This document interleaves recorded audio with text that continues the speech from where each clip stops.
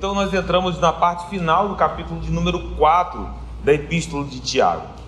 E Tiago toca em assuntos que de alguma maneira revisitam coisas que já falamos aqui nas ministrações anteriores sobre o próximo, mas ele entra também transicionando a sua carta, a sua epístola, para novos assuntos.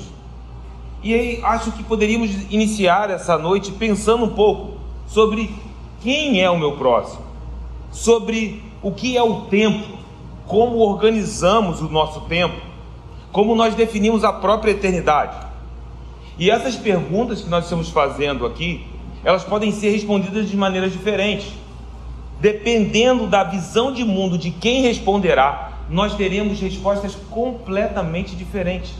Pessoas podem tentar responder sobre quem é o meu próximo, e embora seja uma pergunta talvez muito familiar dentro de um contexto bíblico, dependendo da maneira como essa pessoa enxerga o mundo, ela vai responder de maneira diferente, porque a sua cosmovisão, a sua maneira de enxergar o mundo vai fazer com que a sua resposta naturalmente seja outra, porque a nossa cosmovisão é a lente pela qual, ou através da qual, nós vemos a nossa realidade, nós contemplamos a realidade, e a partir dessa contemplação, nós vamos dar sentido para a nossa vida, nós vamos dar significado para as coisas que estão ao nosso redor, nós vamos definir os ambientes aonde nós estamos, dependendo da maneira como nós estamos enxergando o mundo.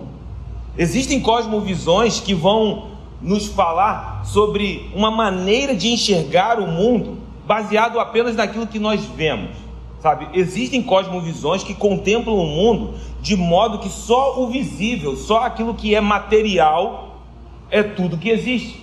Existem pessoas que pensam dessa maneira.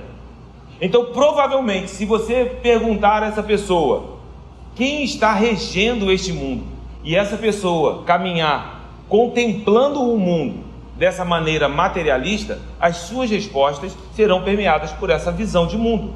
Existem outras pessoas que até vão além da matéria, mas quando tentam acessar essas realidades espirituais, muitas vezes pensam que só podem acessar essas realidades por meio de autopurificação, autoflagelação.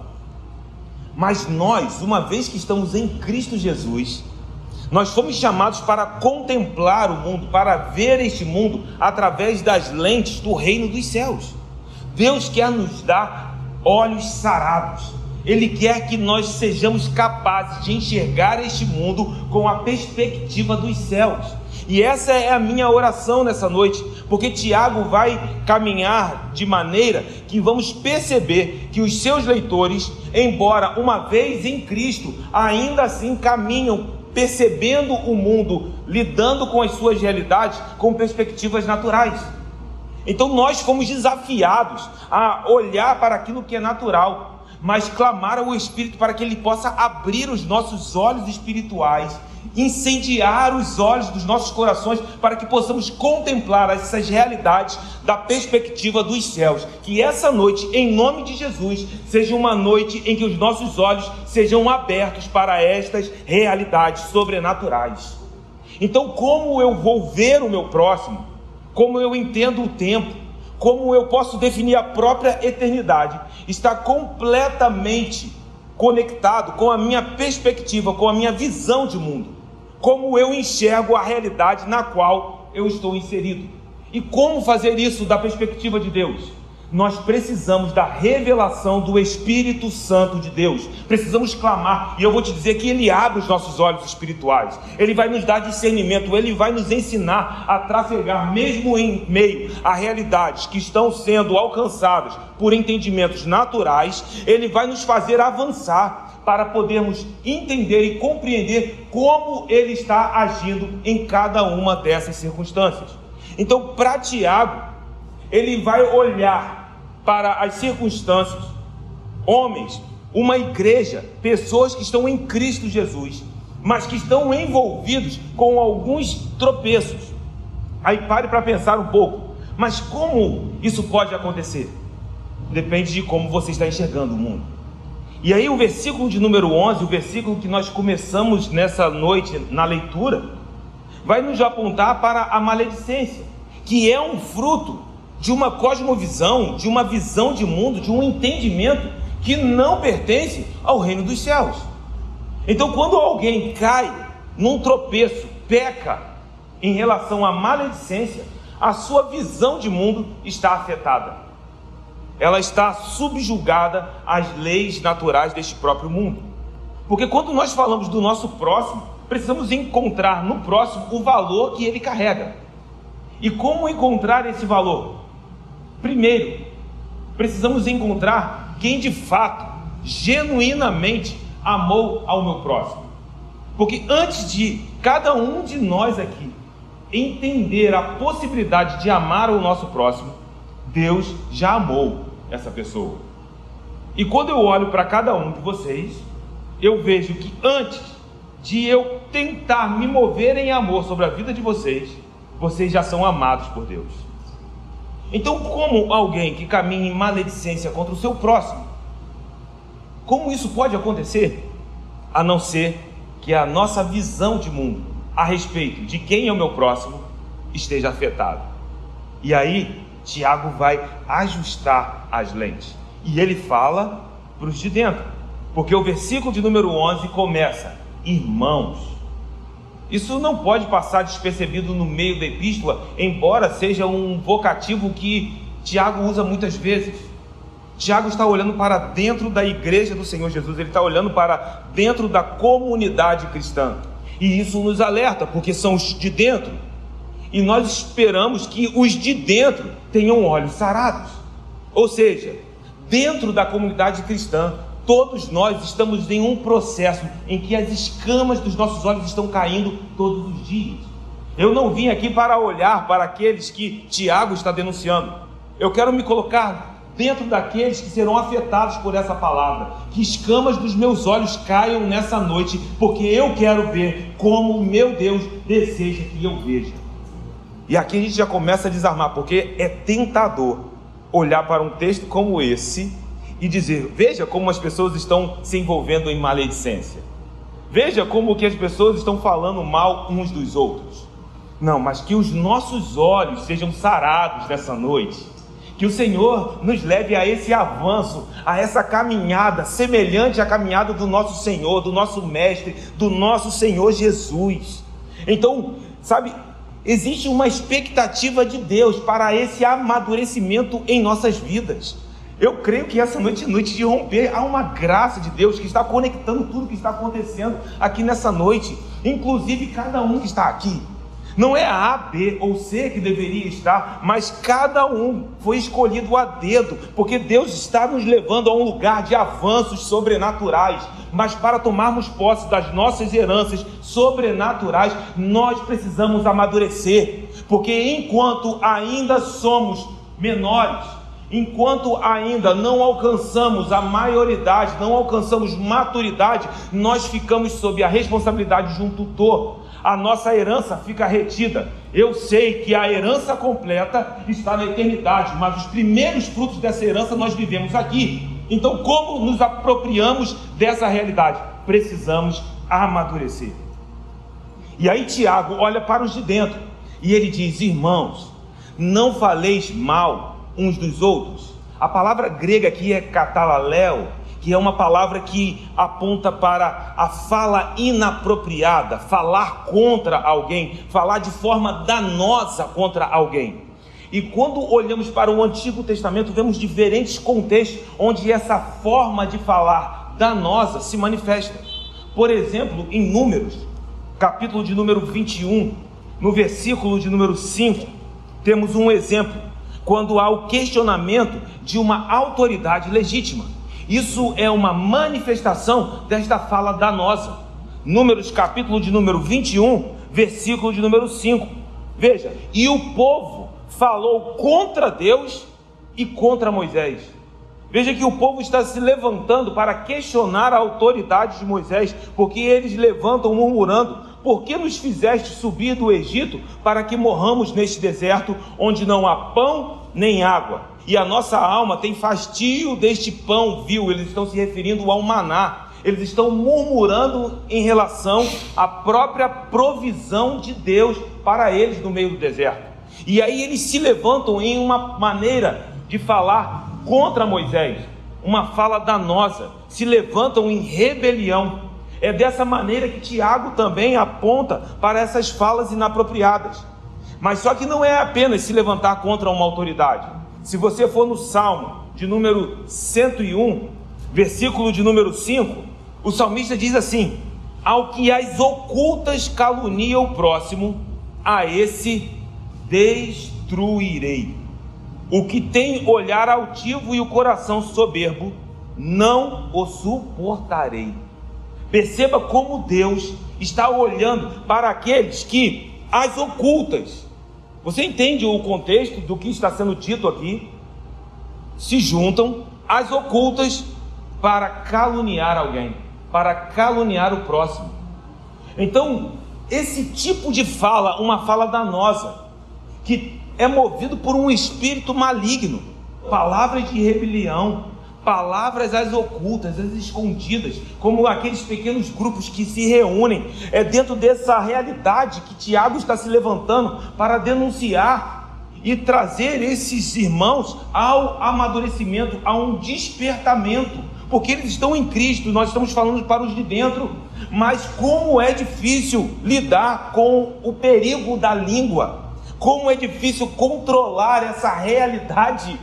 Todos nós somos sempre desafiados, mas à medida que você se sujeita a Cristo Jesus, que você se coloca de maneira humilde perante a poderosa mão de Deus, Ele derrama sabedoria sobre nós para que possamos, meu irmão, controlar essa pequena parte do nosso corpo.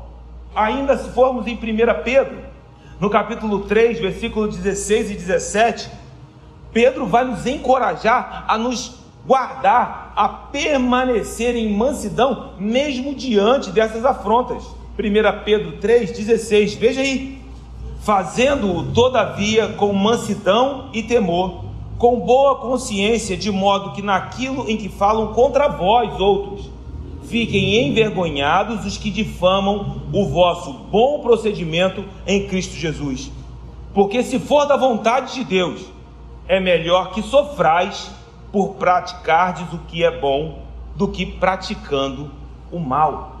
Ou seja, Pedro está nos dizendo: permaneçam em mansidão, mesmo diante dessas palavras danosas, mesmo diante dessas afrontas. Mas quando olhamos para Tiago diz: vocês devem suportar essas palavras, mas vocês não podem de maneira alguma se tornar a fonte dessas palavras. E esse é o ponto de Tiago. Essas palavras danosas, palavras inapropriadas, nós de forma alguma podemos nos posicionar como fontes desse tipo de fala, desse tipo de palavra. Mas quando Tiago está falando sobre isso, perceba que ele não está falando na epístola que tipo de fala danosa é. Não tem como afirmar se é uma rebelião, se eles estão caluniando alguém às ocultas, ou se é um pecado em que existem falsas acusações se levantando. Ele não define isso, mas ele vai nos mostrar na epístola que isso, quando acontece no corpo de Cristo, isso traz ruína, isso causa destruição dentro do corpo de Cristo, traz rupturas, rachaduras. E eu creio, meu irmão, que Deus está nos chamando para avançar no mundo espiritual, mas nós precisamos fechar essas brechas. Nós precisamos orar: Senhor, me mostre aonde eu posso avançar nessa área da minha vida, porque cada um de nós precisa lidar com essas realidades. Não há ninguém aqui que diga: eu já controlei completamente a minha língua. É impossível. Não estou aqui trazendo julgamento, mas vamos ser completamente sinceros e francos. Óbvio que alguns já romperam em mais áreas do que outros, mas dizer que alguém fala assim: não, disso eu nunca mais sofrerei na minha vida. Olha, eu já até sofri, mas agora eu já dominei e nunca mais vou sofrer. Eu acho um pouco ousado, precipitado. Acho mais seguro nos colocarmos em um lugar de humildade e dizer: Espírito Santo, me ajude a viver nesse lugar de vigilância. Que nessa noite possamos subir nessa torre de vigia para avançarmos, meu irmão. Porque se você está sentindo aqui algum desejo de lutar contra isso, eu vou te dizer que você está no lugar certo. Você está rompendo, porque você não se entregou a essa prática. Isso não se tornou parte do seu dia a dia. E esse é o ponto para Tiago. Nós precisamos guardar os nossos corações, precisamos cuidar. E Tiago nos faz entender qual é a importância disso e o perigo de não atentarmos para essa realidade. Porque quando Tiago fala sobre falar mal dos irmãos, o próprio versículo de número 11 continua: porque aquele que fala mal do irmão ou julga seu irmão, fala mal da lei e julga a lei. A minha versão, a ARA, traz uma tradução muito apropriada, porque na verdade é a mesma palavra. Às vezes algumas versões mudam aqui, me parece que a NVI faz um ajuste para que não haja repetição, entretanto é a mesma palavra. Ou seja, aquele que está falando mal do seu irmão, aquele que fala mal do seu próximo, que julga o seu próximo, este fala mal da lei, julga a lei. E aqui nós entramos num lugar de pergunta: mas Zeca, como assim? Como eu vou me tornar alguém que vai julgar a lei? Como eu me torno um juiz da lei? É um entendimento que a própria epístola já nos traz. Em Tiago 2, versículo de número 8, nós vimos aqui, já nas ministrações, que Tiago nos citou uma lei régia, a lei real. Versículo de número 8, ele diz: se vós contudo observais a lei régia, segundo a Escritura, amarás o teu próximo como a ti mesmo. E ele diz que se nós cumprimos isso, nós fazemos algo que é bom, fazemos bem, devemos continuar fazendo. Mas essa citação de Tiago, nós falamos aqui algumas semanas atrás, que é uma citação de Levítico 19. Embora seja um texto muito conhecido nas palavras de Jesus, quando ele fala sobre o amor a Deus como o primeiro mandamento logo seguido de amar ao próximo, nós precisamos entender que a raiz disso está em Levítico 19, 18, está apontando para a lei. Essas palavras foram endossadas por Jesus nos seus ensinamentos, foram endossadas nas pregações de Jesus, e ele fez isso reaplicando o Antigo Testamento no reino de Deus. Quando Jesus cita Levítico 19, 18, quando ele fala amarás o teu próximo como a ti mesmo, ele pega esse texto e reaplica a legislação celestial. Ele está falando da lei do reino, por isso lei régia, por isso lei real. E aí, se você pensa dessa maneira, você vai entender que Tiago está falando de maneira muito simples e direta, porque quem fala do seu irmão e fala mal dele, não está derramando amor sobre essa pessoa. Quando você fala mal do seu irmão, você não está manifestando o amor, você não está praticando o amor. Ou seja, se Jesus nos ordenou a amar o próximo, e nós não estamos cumprindo o mandamento, isso tem uma implicação muito séria. Porque se eu conheço o mandamento e não cumpro o mandamento, eu estou me colocando acima deste mandamento para que eu possa julgar se é procedente ou não cumpri-lo. Eu escolho a quem eu vou derramar amor para cumprir o mandamento. Ou seja, eu me coloco acima do mandamento e julgo se é procedente fazer isso com A, com B ou com C. E nós, sem percebermos, às vezes fazemos esse tipo de acepções. O ponto de Tiago aqui é que se você se coloca num lugar aonde você escolhe sobre quem derramar amor, você está se colocando acima do mandamento. Você vai se colocar em uma posição de julgar se é procedente ou não cumprir aquele mandamento a respeito do seu próximo. E aí o ponto é que se você julga a lei, não és observador da lei. Isso é o que está escrito. Olha aí, é o final do versículo, no capítulo de número 4. Ora, se julgas a lei, não és observador da lei, mas juiz. Você se coloca como um juiz para julgar se é procedente ou não cumprir aquele mandamento. Então Tiago está falando algo aqui muito sério.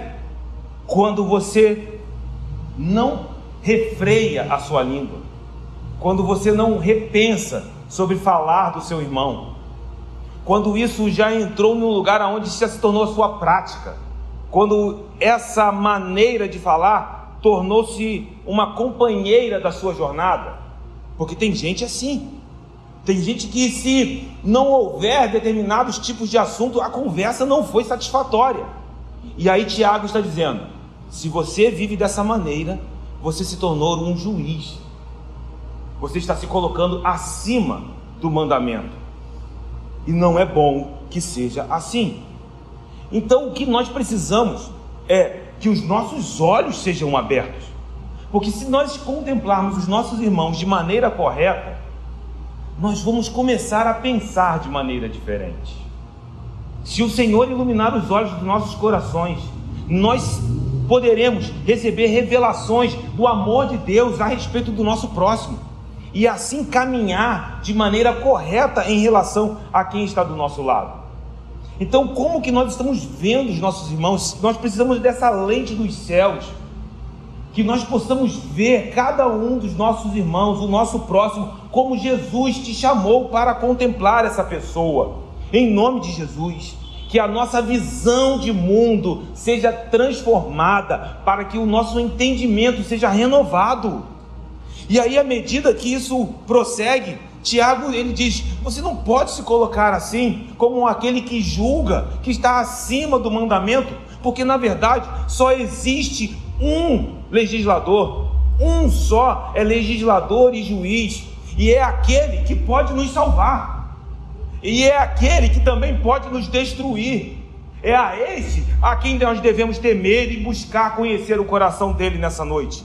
Porque se nós estamos preocupados com aqueles que estão ao nosso derredor, Jesus em Mateus nos falou: vocês não devem estar preocupados em temer aqueles que podem matar apenas o teu corpo, a tua carne, mas vocês devem temer aquele que pode não só destruir o teu corpo, mas pode também lançar a tua alma no fogo do inferno.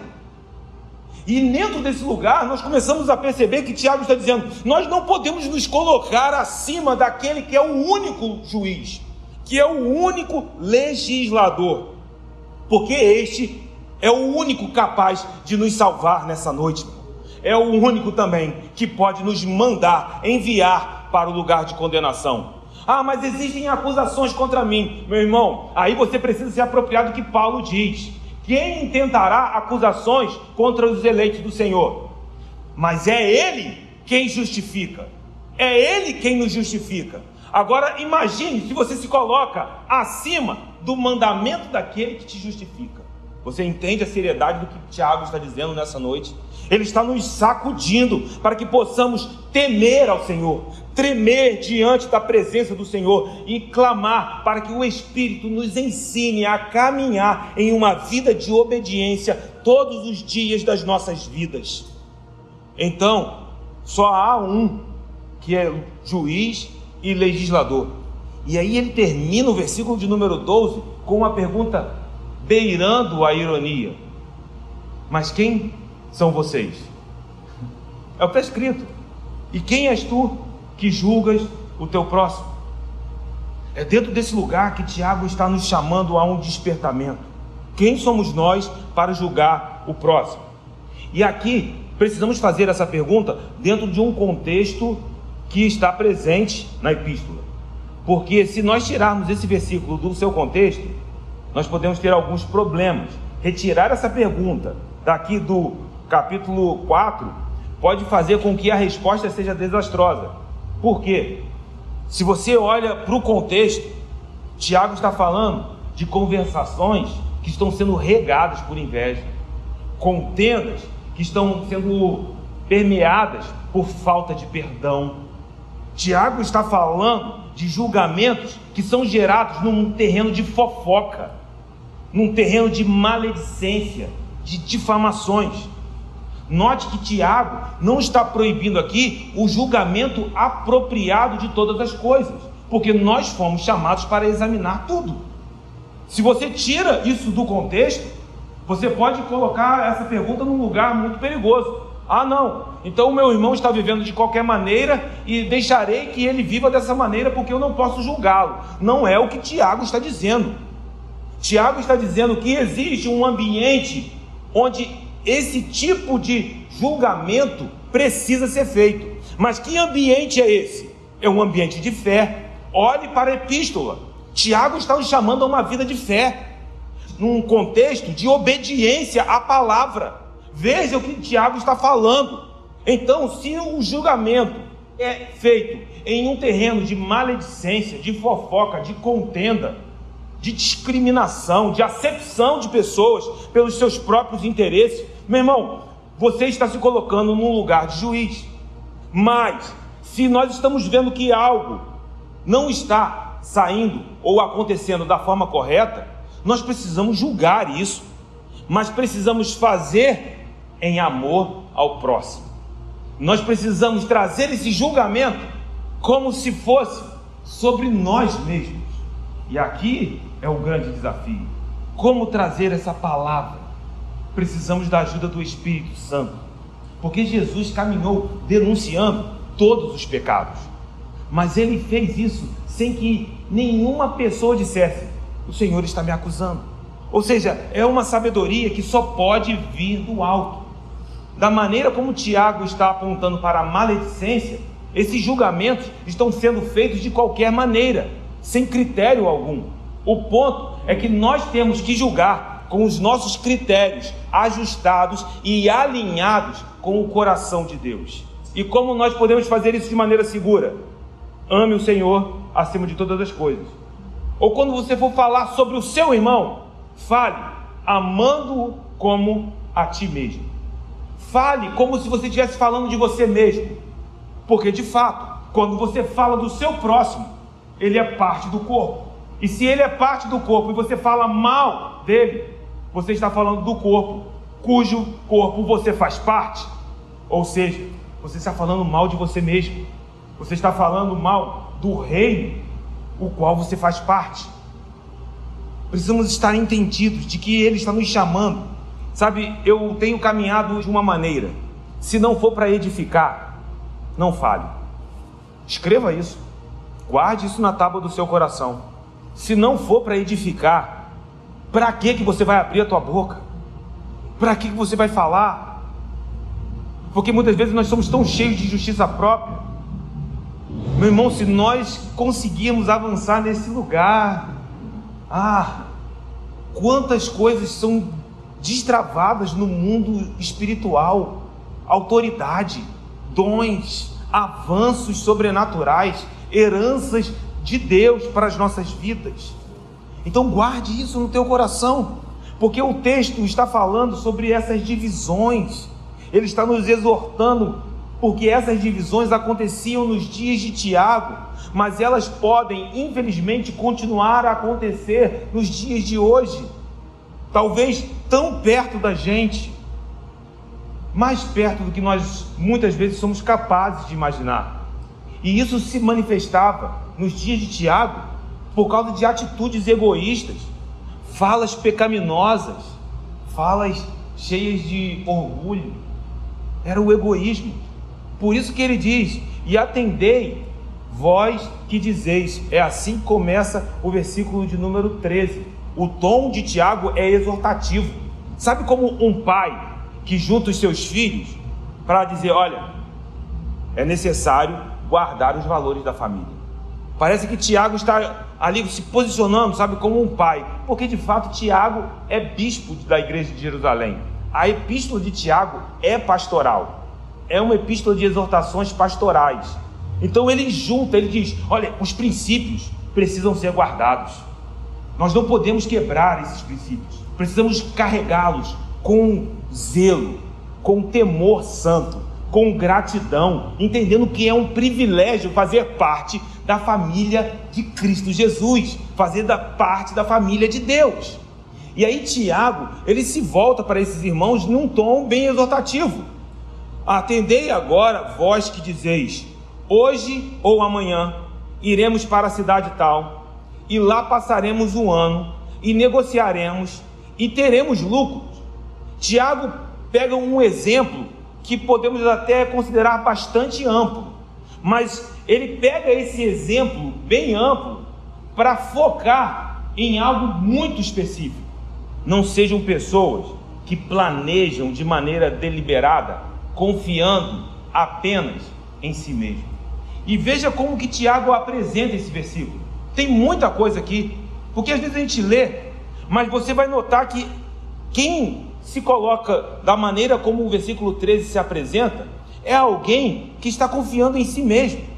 Autoconfiança na sua própria força, em seus próprios recursos. A soberba.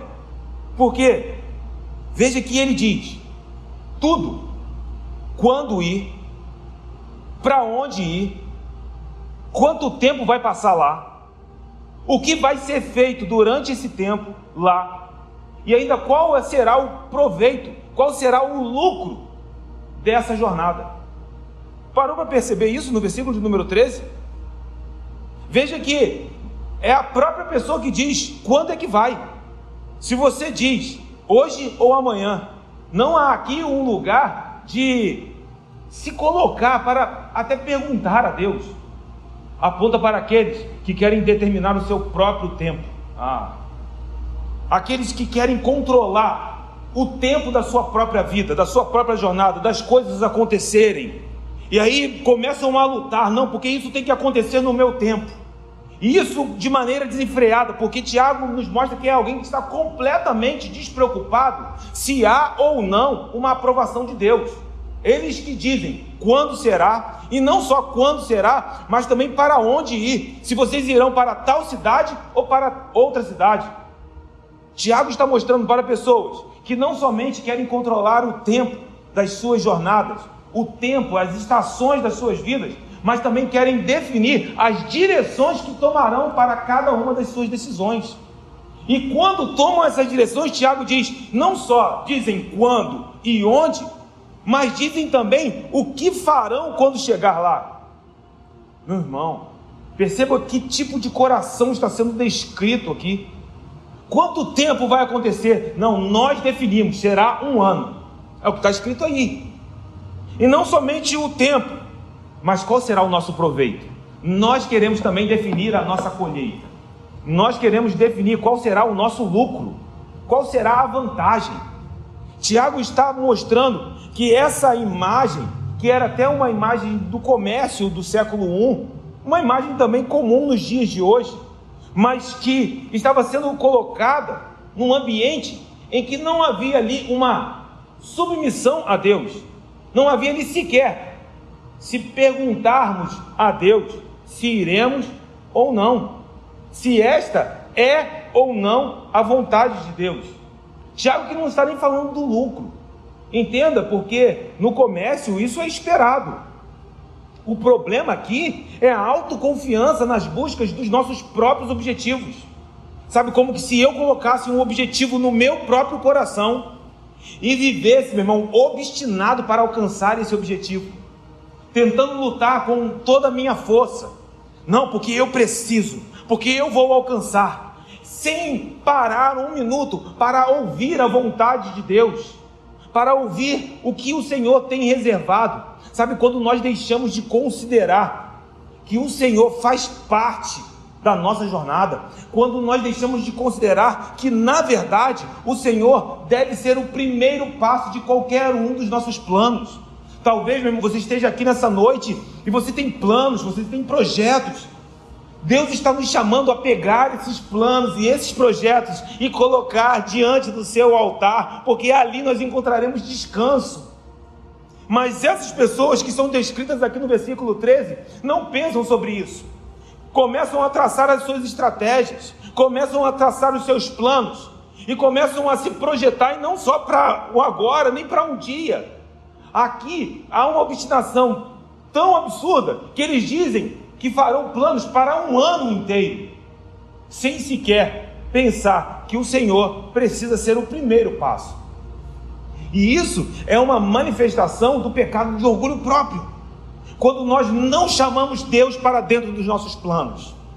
Mas que nessa noite convites sejam feitos ao Senhor aqui. eu estou convidando o Espírito Santo de Deus para coisas que Ele está gerando no meu coração, porque é Ele quem planta os sonhos, tá? É Ele quem coloca os projetos em nossos corações, mas uma vez que Ele coloca os projetos em nossos corações, Ele também diz: agora me convide, ou você vai tentar fazer isso sozinho. Meu irmão, se é um plano de Deus, eu te garanto, você não vai conseguir viver esse plano em sua plenitude se você não chamar Deus para o processo. E esse é um grande desafio, porque Deus planta isso em nós. Para quê? Para que, como filhos, venhamos olhar para o alto e chamar: Pai, vem comigo, vem comigo. Mas quando caímos em uma cegueira obstinada pelos nossos próprios objetivos, e nós ficamos ali tão ensigueirados por aquilo, sabe, como que se aquilo fosse a nossa única oração, fosse o objetivo único da nossa vida. Se caímos nesse lugar, nós caímos em lugares de orgulho próprio. Ah não, se Deus é por mim, quem será contra mim? E eu vou dizer, há uma verdade nisso, porque se Deus é por nós, meu irmão, não há inimigo, não há resistência. Isso é uma verdade abençoadora sobre as nossas vidas, mas que também pode nos destruir, pode nos levar à ruína, se tomarmos essas palavras de verdade e aí colocar no coração um engano e dizer: não, agora Deus vai aprovar todas as ideias que eu tiver, porque Ele é por mim. E nem sempre, meu irmão, Deus vai aprovar tudo aquilo que está dentro do nosso coração. Por quê? Porque há coisas que Ele vai plantar dentro de nós, mas há coisas que estão dentro do nosso coração que Ele não plantou. E aí precisamos reconhecer o que o profeta Jeremias disse, que o nosso coração é enganoso. Nós vemos o próprio juiz da nação de Israel, o último juiz, ou melhor, o penúltimo, se considerarmos Samuel como o último juiz, Sansão. É Juízes 14, 1, de 1 a 4. Sansão, no capítulo de número 14, foi guiado pelos agrados do seu próprio coração. Olha isso no versículo de número 1. Desceu Sansão a Tímina, vendo em Tímina uma das filhas dos filisteus. Subiu e declarou a seu pai e a sua mãe e disse: vi uma mulher em Tímina das filhas dos filisteus, tomai-ma, pois, por esposa. Porém seu pai e sua mãe lhe disseram: não há porventura mulher entre as filhas de teus irmãos, ou entre todo o meu povo, para que vás tomar esposa dos filisteus, daqueles incircuncisos? E disse Sansão a seu pai: toma-me esta, porque só desta me agrado. A partir do versículo 4. Mas seu pai e sua mãe não sabiam que isto vinha do Senhor, pois este procurava ocasião contra os filisteus. Veja que Deus estava traçando ali os planos. E aí é curioso, aqui duas realidades saltam, porque Sansão está enganado pelos seus próprios olhos. Mas quem permitiu Sansão tropeçar pelos seus próprios agrados? Deus. Aí você fala assim: mas espera aí, mas por que Deus fez isso? Deus entregou Sansão aos seus próprios desejos. E nós sabemos que isso foi culminar numa ruína da vida de Sansão. Alguém que foi chamado para caminhar em níveis extraordinários de unção, de poder, termina sua vida enfrentando a ruína, a vergonha, sendo aprisionado, caindo, tropeçando nos seus próprios pecados. Mas note que Deus entrega Sansão aos seus próprios desejos, aos seus próprios pecados, porque Ele olha para o coração de Sansão e Ele percebe que não há temor no coração de Sansão. Então, nesse lugar nós percebemos que Deus, Ele vai plantar sonhos em nossos corações, mas algumas vezes o nosso coração também vai produzir enganos. E se nós não estivermos, meu irmão, clamando pela presença, clamando por misericórdia de Deus, precisamos pedir por misericórdia aqui hoje, pastora. Se nós não clamarmos por misericórdia de Deus sobre as nossas vidas, o Senhor, Ele pode olhar e dizer assim: vocês não estão buscando a minha presença, vocês não estão buscando em temor a minha presença, e Ele nos entregar aquilo que nós mesmos estamos ansiando. Sabe, muitas coisas acontecem Porque às vezes o Senhor, Ele nos entrega aos nossos próprios corações, mas que nessa noite, em nome de Jesus, Ele venha criar um coração novo dentro de nós, um coração puro, que nós não venhamos ceder aos desejos dos nossos próprios corações, mas rogar: Deus, abra os olhos dos nossos corações, porque Deus está levantando uma geração que vai aprender a confiar na voz dEle. Olha para o fim dos tempos. No fim dos tempos haverá engano, mas haverá uma noiva que será bela, sem mácula, sem ruga. No final dos tempos haverá pressão, haverá resistência, mas haverá uma igreja que caminhará triunfante em ousadia, um derramamento do Espírito sem precedentes na história. Então existe uma palavra de promessa de avanço para a igreja do Senhor Jesus, e nós precisamos buscar isso com toda a nossa força. Precisamos pedir: Senhor, leva os nossos corações até essas realidades, em nome de Jesus, porque Ele é a chave, o nome de Jesus é a chave para esse caminho. Deus está levantando uma igreja poderosa sobre a face da terra, uma igreja que aprenderá a ouvir a voz de Deus. Abra os nossos ouvidos espirituais nessa noite, Espírito Santo. O Espírito Santo vai falar sobre projetos novos. Deus vai colocar projetos novos nos nossos corações. Mas quando Ele colocar esses projetos, Ele também fará ali um lugar onde uma expectativa no seu coração precisará ser gerada.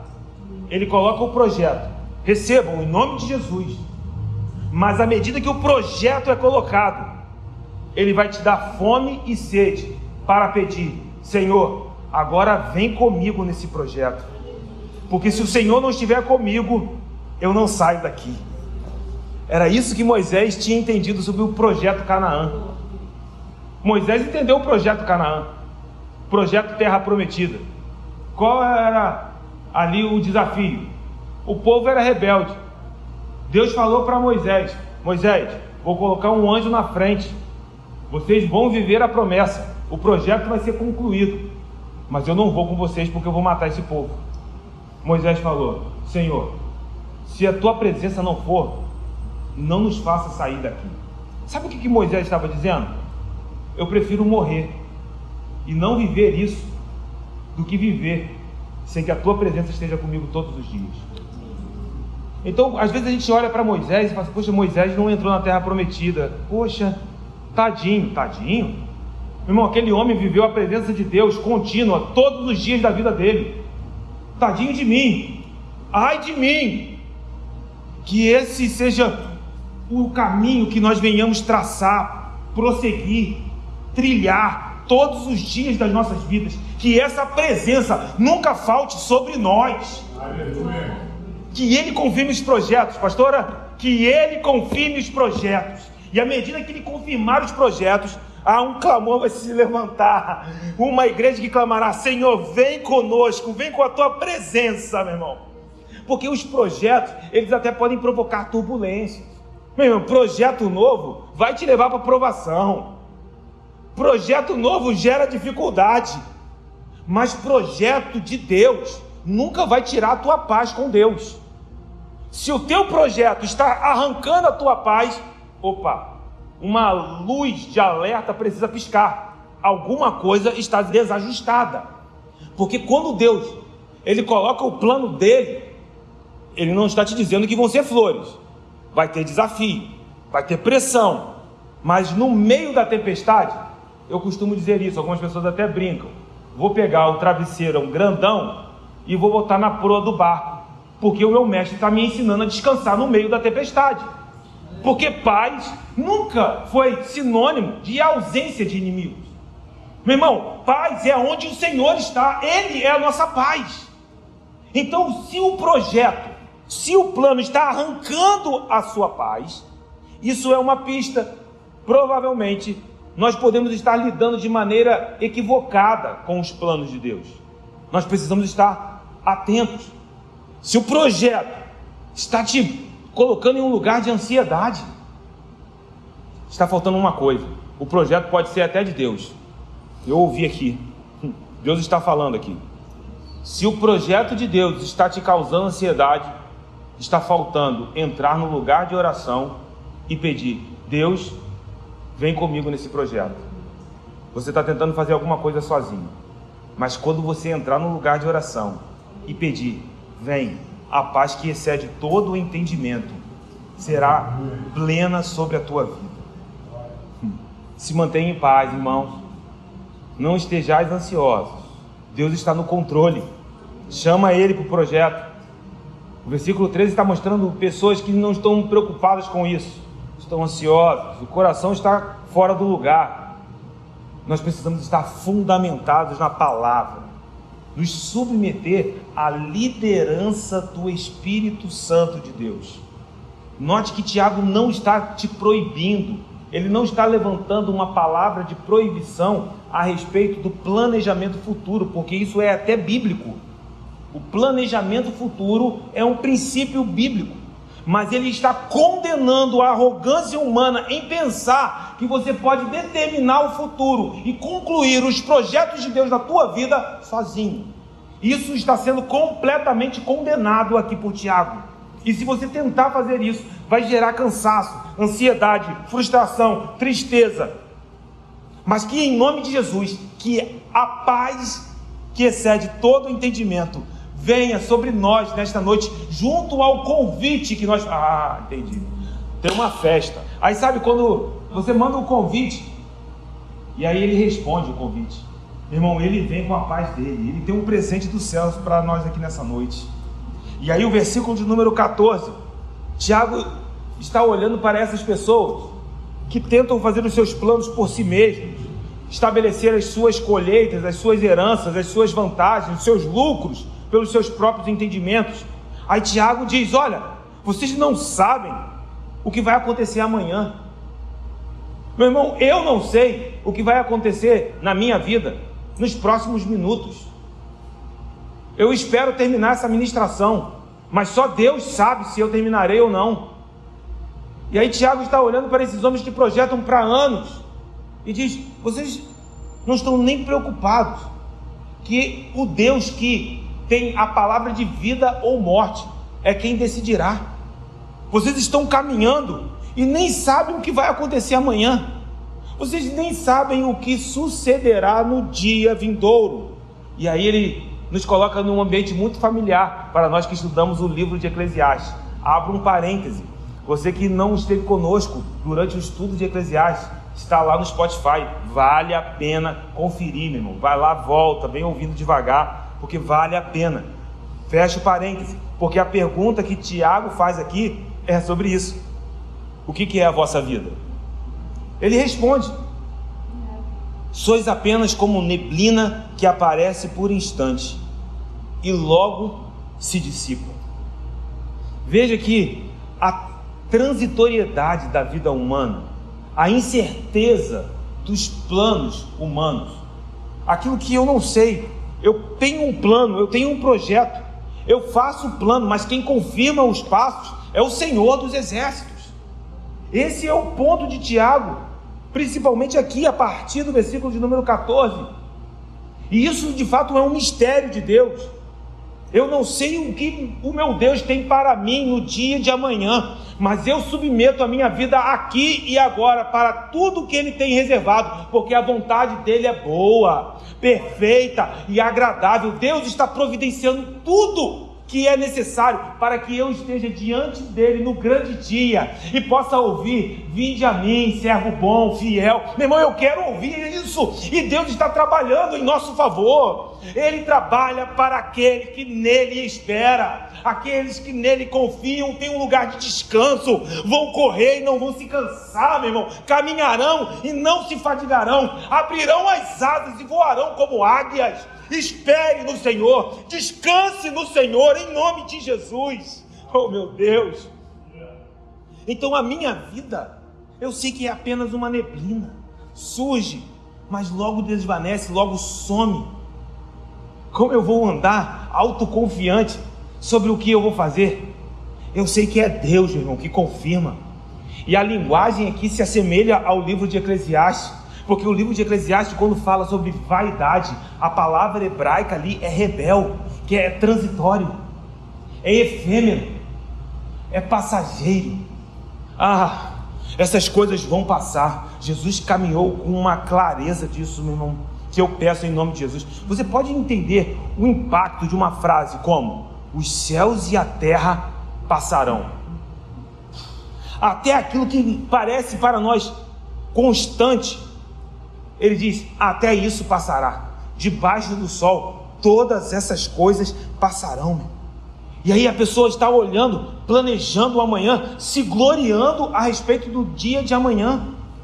E aí Salomão, no livro dos Provérbios, capítulo de número 27, ele vai nos exortar sobre esse tipo de comportamento, esse tipo de fala, esse tipo de pensamento. Não te glories no dia de amanhã, porque não sabes o que trará a luz. Sabe o que está sendo ensinado aqui? É quando você projeta em arrogância o próximo dia. É quando você projeta o seu amanhã e projeta isso em orgulho próprio. Quando você se gloria. Sabe quando você faz o seu plano de amanhã e aí você olha para você mesmo e diz: olha o que eu vou viver. Olha o que eu consegui alcançar. Olha o que eu vou conquistar. Aqui o sábio nos chama a um lugar muito perigoso, porque é sensível. É um lugar de temor santo. Não te glories sobre o dia de amanhã. Não caminhe em arrogância a respeito do dia de amanhã. Nunca perca o temor de quem tem o controle de todos os dias da sua vida. Porque às vezes a gente faz um projeto nosso em arrogância. A gente não consulta o Senhor. E aí eu não consultei a Deus.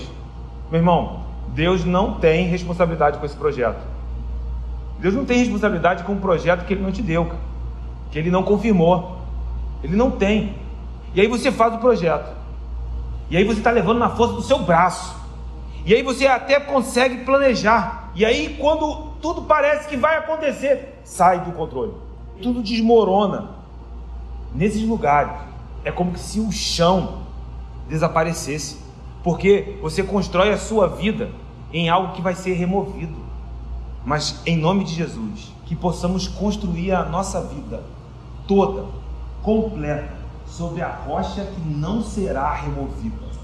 Meu irmão, Deus está me incendiando aqui nessa noite para projetos. Eu sei que Deus está preparando a nossa vida para essa jornada. Ele sabe exatamente a palavra que a gente precisa. Ele não falha. Ele não falha com a sua provisão. Como eu amo o Senhor. Como eu amo o Senhor. Então, eu coloco hoje os meus projetos sobre essa rocha firme. Meu Deus. Porque eu sei que a minha vida é um sopro. Mas, embora seja um sopro, Ele tem todos os meus dias contados e escritos no seu livro. Todos. E os pensamentos mais altos do que os meus. Planos mais altos, mais elevados, sublimes. Eu quero entrar nesse lugar nessa noite. Eu quero desfrutar dessa realidade. Meu irmão, Deus está nos chamando para avançar aqui. Eu estou sendo, convidado pelo Espírito. Eu sinto o Espírito segurar aqui na minha mão para avançar. E então, Ele diz: olha, a nossa vida é uma névoa, isso logo desaparece. Você precisa entender que é o Senhor que está no controle. E ao invés de caminhar assim em orgulho, arrogância, cegueira, obstinação, Ele diz: vocês deviam dizer, se o Senhor quiser. É o versículo de número 15. Se o Senhor quiser, não só viveremos, como também faremos isto ou aquilo. E aqui está o qualificador de todos os nossos projetos. O que você precisa colocar à frente dos seus projetos? A vontade do Senhor. É se Ele estiver. Não é sobre entrar na Canaã. É se Ele vai estar conosco até entrarmos na Canaã. E lá Ele continuar conosco. Tiago em nenhum momento está nos desencorajando a projetar. Pelo contrário, Ele está nos encorajando a projetar de maneira sábia, de maneira correta. E eu vou além, de maneira garantida, em que você experimentará a boa, perfeita e agradável vontade do Senhor. E esse é o qualificador dos nossos projetos. Se o Senhor quiser. E aí é interessante que essa expressão, eu não conhecia isso, é chamada de condição jacobiana. Cara, eu fiquei muito tempo pensando sobre isso. Só por uma questão de curiosidade, por que chamada de condição jacobiana? Aí depois de uns 3, 4 minutos parado assim, que eu lembrei, eu já comentei isso com alguns irmãos aqui, que o nome de Tiago era Jacó. O seu nome hebreu é Jacó, nos textos originais. Aí mas por que Jacó, né?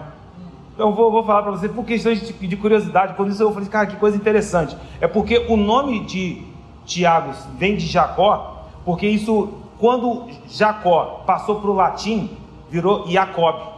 Jacob, com I, Jacob. A Igreja Católica criou uma prática de chamar alguns homens de santos. Então, Santo Jacob. E aí, juntou isso. Santiago, Tiago. Daqui vem o nome de Tiago. Por isso, nas Bíblias em língua inglesa, é até James. O nome hebreu de Tiago é Jacó. Aí foi por isso que veio essa condição. Mas note que essa condição de buscar a presença do Senhor, a vontade dele, não é algo particular a Tiago. Isso é inerente em todo o ensinamento do Novo Testamento.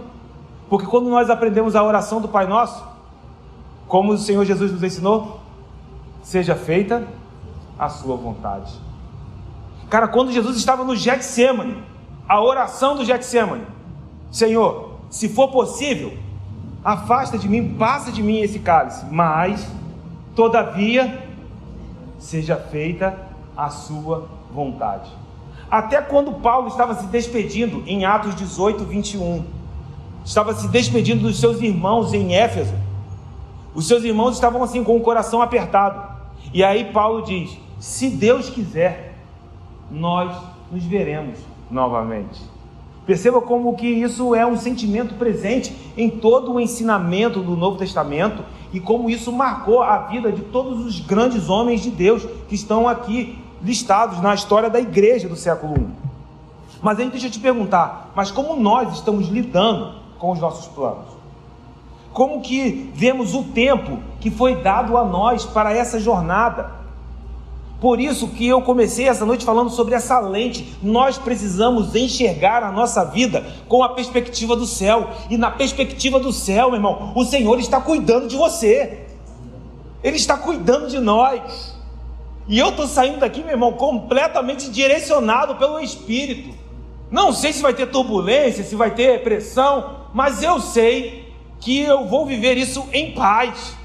Nós experimentaremos essa boa paz, meu irmão. A nossa vida aqui e agora, esse tempo, isso, meu irmão, é apenas uma parte do plano maior, do plano inteiro, do plano eterno. E esse aqui e agora é apenas uma parte que nós podemos ver, que podemos talvez acessar de maneira que a nossa mente compreenda. Mas o Senhor plantou em nós a eternidade. Eu sei que à medida que Ele planta essa eternidade em nós, Ele coloca também o desejo de sondar isso. Mas podemos fazer isso por nós mesmos? Nós que estudamos Eclesiastes 3, versículo 9 a 11, nós vamos ver lá em Eclesiastes que Ele coloca essa eternidade em nós, mas não nos deu a capacidade de sondar. Aí você diz, mas por quê? Porque se nós tememos ao Senhor, Ele vai nos dar a revelação. Ou seja, nós não podemos sondar a eternidade pelas nossas próprias forças. Ele colocou um limite. E aí por que Ele fez isso? Eclesiastes 3, 11. Ele fez isso para que nós venhamos temer ao Senhor. Mas por quê?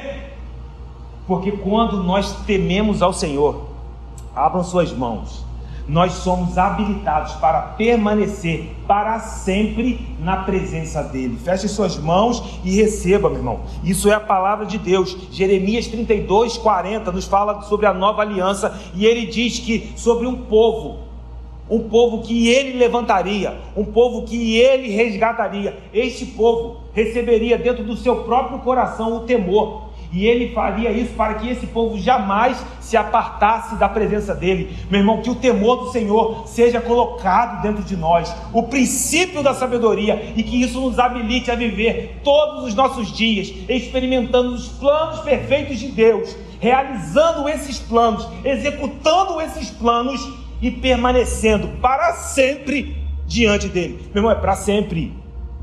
Eu botei isso aqui em letras garrafais nas minhas anotações. É para sempre. Aí eu tenho um plano para um ano. Homens de pequena fé, homens de mente limitada, vocês estão fazendo planos de 1 ano, de 2 anos, de 30 anos, de 70 anos. Deus tem um plano de eternidade para você. Deus tem um plano de eternidade para você, para mim. Então, é se o Senhor quiser. E aí aqui eu chamo a tua atenção. É se o Senhor quiser, não se Deus quiser.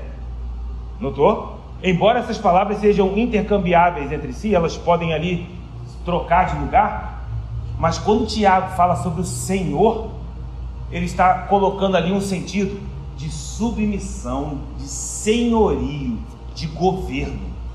Ou seja, eu tenho os meus planos, mas tem um Senhor sobre a minha vida. Meu irmão, é esse lugar que nós somos chamados para viver, que nós vivemos. E isso não é uma declaração mágica, sabe? Tipo, não, então eu vou sair daqui dizendo que tudo que eu vou fazer, se Deus quiser. Isso não é uma declaração religiosa. Por quê? Porque alguém pode dizer e isso não ser uma realidade interior. Cara, quando isso veio ao meu coração, eu falei, porque essa é uma perspectiva de vida. Lembra como nós começamos nessa noite? Cosmovisão, lentes através das quais nós contemplamos o mundo e tudo que está ao nosso redor. Então não é simplesmente sair dizendo, se Deus quiser, mas que isso seja uma maneira de enxergar toda a nossa vida, a totalidade de tudo aquilo que nós vamos viver de hoje até o encontro com Ele. Porque às vezes a gente pode falar só aqui, de boca para fora, mas o coração está cheio de orgulho. Mas que nessa noite, essa transformação que já está acontecendo, o Senhor está nos lavando aqui, meu irmão. Eu vou te dizer, é seguro viver nesse lugar. É seguro. Você está num lugar seguro. Que Deus ilumine os olhos dos nossos corações nessa noite. E aí no versículo de número 16, Tiago segue para o final da sessão. Agora, entretanto, vocês se vangloriam do vosso arrogante proceder, das suas arrogantes pretensões. Note que o versículo 16 nos mostra o cerne do problema. Por quê? O problema é projetar? Não. O problema é ter lucros? Absolutamente não. Qual é o problema? O problema está aqui, porque no versículo de número 13 a gente vê o exterior, a gente vê as palavras. Estou fazendo um monte de planos. Talvez se vocês sentarem para conversar comigo, eu vou mostrar para vocês que eu tenho um monte de planos, tem um monte de coisa na minha cabeça que eu penso em fazer. E o ponto não é esse, não há problemas em fazer isso. Mas isso está só no nível externo, nas minhas palavras. E vocês só vão ouvir as minhas palavras. Mas Deus conhece o meu coração. E é aqui que Tiago está falando. Vocês fazem os planos, mas como está o coração de vocês? Vocês se vangloriam das suas arrogantes pretensões, as suas presunções, sabe? É uma certeza insolente, uma certeza vazia, arrogante. É autoconfiança que despreza qualquer plano de Deus. Não, eu vou viver. É obstinação, meu irmão. E é interessante que aqui Tiago usa uma palavra rara no Novo Testamento, que só vai aparecer em outro lugar, em 1 João 2,16, que nos ajuda a entender um pouco dessa pretensão, dessa arrogância, dessa presunção. Abra sua Bíblia em 1 João 2, versículo de número 16. Ele diz, porque tudo que há no mundo, a concupiscência da carne, a concupiscência dos olhos e a soberba. A palavra aqui é a mesma que Tiago usa lá no grego, tá? É a mesma palavra. E a soberba da vida. Essas coisas não procedem do Pai. Então qual é a fonte? Elas procedem do mundo. Então nós percebemos que a fonte dessas palavras que são descritas no versículo de número 13 é de um coração que está sendo alimentado pelos desejos do mundo. A verdadeira intenção ali no versículo 13 não é simplesmente fazer alguma coisa, não é vender, não é ter lucro, não é ser um grande negociante. A intenção ali é o orgulho de si mesmo. Isso é sutil, tá? Perigoso. Esse orgulho próprio, porque a vanglória, esse tipo de vanglória, Tiago diz, é maligna. É assim que ele termina. Toda jactância semelhante a essa é maligna. A fonte é o mal. O ponto de Tiago aqui é que não levam Deus em consideração e ainda se orgulham disso. Eu consigo fazer. Se sentem confortáveis em manter o Senhor fora do seu plano. Meu irmão, que nessa noite haja um incômodo sobrenatural aqui sobre coisas que nós estamos sendo chamados por Deus para fazer. Ele está colocando sonhos. Meu irmão, como que eu vou conhecer o Deus que realiza sonhos se Ele não plantar um sonho dentro de mim? Então você vai conhecer o Deus que realiza sonhos, mas à medida que Ele plantar isso dentro de você, você precisa chamá-lo para dentro. E eu vou dizer que esse tipo de postura orgulhosa até seria comum lá fora. No mundo, cara, isso é esperado, porque num mundo sem Deus, essa seria a maneira de ver os projetos, de ver os planos. Mas o que nos assombra é que Tiago está falando para os de dentro, e aí isso nos alerta. Você veja quantas lâmpadas estão se acendendo aqui nessa noite. Por que isso nos alerta?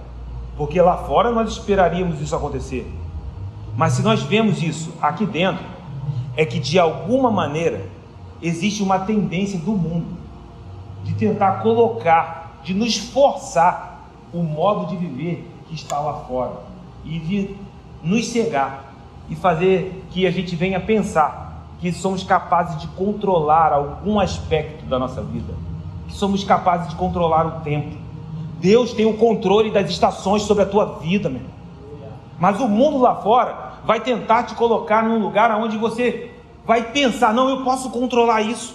Entregue todo o teu ser nas mãos de Jesus nessa noite.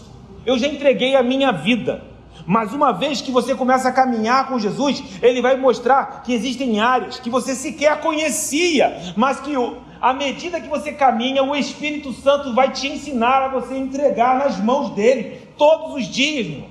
Só que o mundo vai tentar te colocar num lugar de ansiedade. Ah, porque eu vi acontecer na vida de alguém, meu vizinho já alcançou isso, ah, o meu amigo abriu uma empresa, olha o que está acontecendo na família de fulano, e eu olho para o meu lado e ainda não aconteceu. Deus tem o controle das estações sobre a tua vida, confie nele. Mas o mundo está querendo nos empurrar isso. Essa cosmovisão, essa maneira de ver as coisas, de ver os planos, meu irmão, não é consistente com uma cosmovisão bíblica, com uma maneira de caminhar alinhada com a palavra. Porque quando eu olho para a palavra, levante a tua mão para o alto, meu irmão, nós encontraremos que só há um Deus, o único Deus que controla de maneira soberana cada detalhe da história das nossas vidas. Receba em nome de Jesus. Não só de cada detalhe das nossas vidas, mas de cada detalhe de toda a história. E então, versículo 17, portanto, porque parece ser um versículo desconexo, mas se o texto aqui coloca essa palavra, ela de alguma maneira precisa dialogar com tudo que Tiago nos ensinou. Então, se você entende que tem alguém que está no controle e que precisamos atentar para isso, cuidado para que o nosso coração não seja contaminado por essas pressões que o mundo exerce contra nós, tentando nos colocar em lugar de ansiedade, de medo, de pressões, onde às vezes nós ficamos angustiados.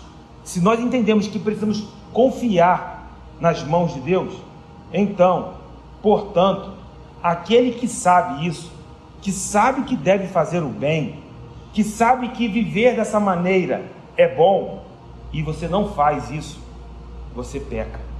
Por isso Tiago está falando de maneira muito urgente. Omissão é pecado.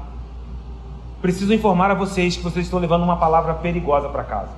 Como assim? Porque agora vocês sabem. Mas que bom que vocês sabem, porque o Espírito vai te liderar a você viver isso na sua prática, meu irmão. Então, se você tem aqui nessa noite projetos, planos, pergunte agora, quem colocou esse projeto no seu coração? Quem iniciou isso dentro de você? Será que foi um mover sobrenatural de Deus? Foi um agir de Deus sobre a tua vida?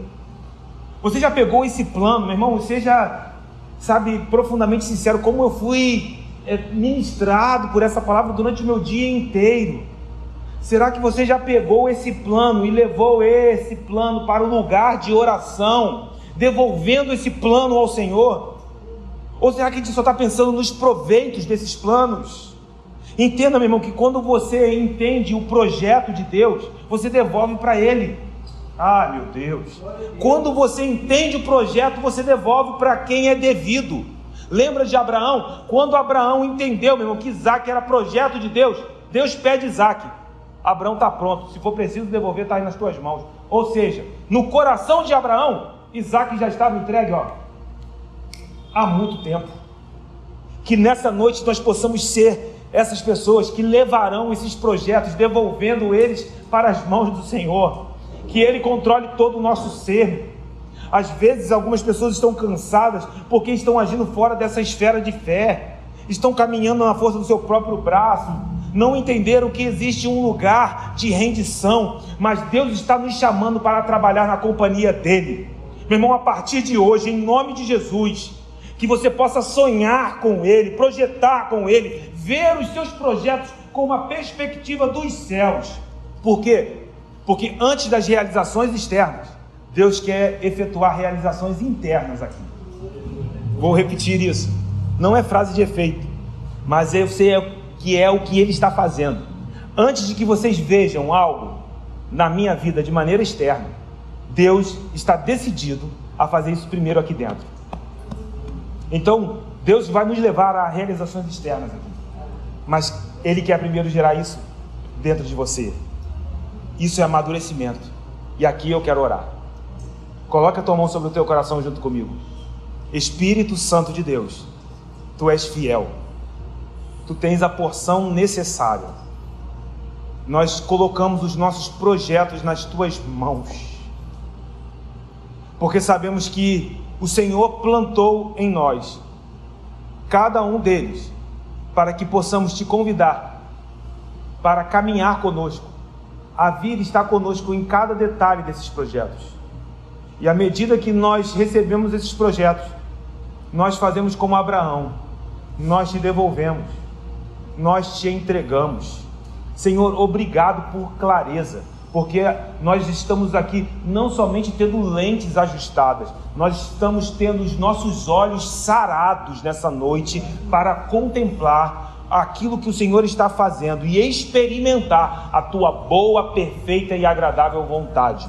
Nós nunca mais seremos os mesmos. Me lembrarei deste dia, porque eu sei que neste dia, meu Pai, o Senhor está fazendo destravar coisas sobrenaturais no mundo espiritual sobre nós, e viveremos para a glória do Teu nome. Assim nós oramos, certos da nossa vitória, em o nome de Jesus. Amém e graças a Deus. Você pode aplaudir ao Senhor nessa noite, meu irmão? Glórias a Deus.